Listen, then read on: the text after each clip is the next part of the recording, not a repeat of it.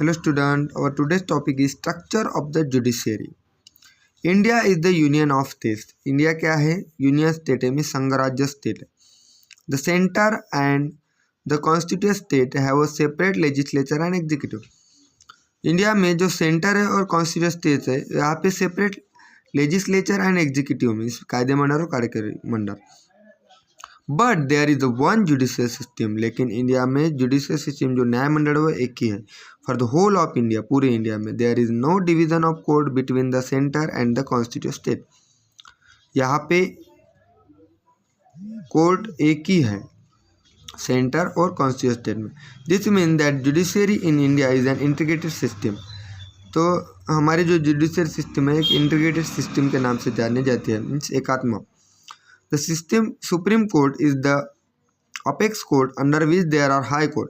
तो सुप्रीम ये सबसे हाई ऊपर का कोर्ट है, उसके बाद हाई कोर्ट है. The high court control the district court following which there are lower courts. तो हाई कोर्ट के बाद डिस्ट्रिक्ट कोर्ट है एंड देन लोअर कोर्ट में द्वितीय न्यायालय which are the bottom of this structure. तो ये इसका स्ट्रक्चर है. सुप्रीम कोर्ट में सर्वोच्च न्यायालय. The chief justice of India the head of supreme court of India. तो सरन्यायाधीश जो है ये सुप्रीम कोर्ट का हेड है. The president appoint the chief justice. Chief justice को अपॉइंट कौन करता है? President of India. And other जज of supreme court. Bye convention the senior most जज of the supreme court is appoint as a chief justice. Supreme court का जो senior जज है उसको चीफ जस्टिस के लिए अपॉइंट किया जाता है.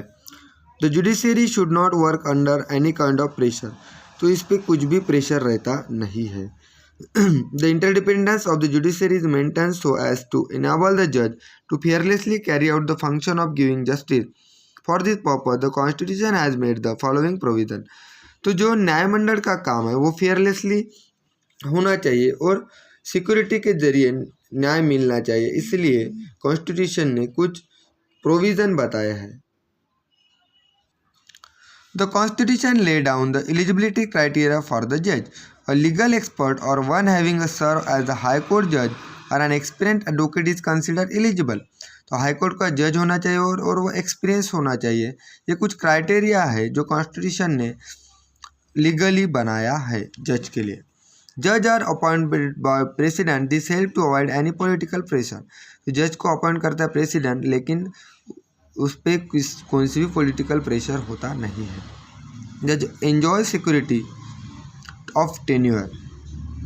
दे can not be remove from the post of tribal reason और the political motive. Political motive और ट्राइबल रीजन के लिए उसको रिमूव नहीं किया जाता है. उसकी जो टेन्योर है उसकी शाश्वती होती है. द रिटायरमेंट एज ऑफ जज of the supreme court of 65 years while for the high court is 60 है. सुप्रीम कोर्ट का जो रिटायरमेंट का एज है वो 65 है और हाई कोर्ट का 62 है. द सैलरीज ऑफ जज are drawn from the consolidate fund of India. Consolidate fund जो है इंडिया का, यहाँ से सुप्रीम कोर्ट की जज की सैलरी दी जाती है. No discussion take place in parliament. तो इसका पार्लियामेंट में डिस्कशन नहीं होता. Personal criticism can not be made on जज for their act and decision. Personal criticism हम उसके एक्ट और डिसीजन पे नहीं कर सकते हैं सुप्रीम कोर्ट के जज के. Contempt of court is considered as an punishable. तो अगर ऐसा हुआ तो वो पनिशेबल है, उसमें सज़ा हो सकती है. This not only protect the जज from misguide wrongful criticism but also preserve the interdependence of the judiciary. तो जुडिशरी को अच्छी तरीके से प्रोटेक्ट करना उसका काम है. This not only protect the judge from misguide, wrongful criticism and also preserve the independence of the judiciary. तो जुडिशरी का काम अच्छी तरीके से होना चाहिए, ये भी ध्यान में रखना पड़ता है. The parliament can not discuss the decision of the जज. पार्लियामेंट डिस्कस नहीं करती है जज का डिसीजन.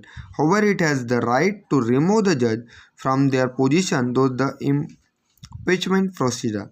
मीन्स जो महाभियोग प्रक्रिया, इसके जरिए हम जज को निकाल सकते हैं.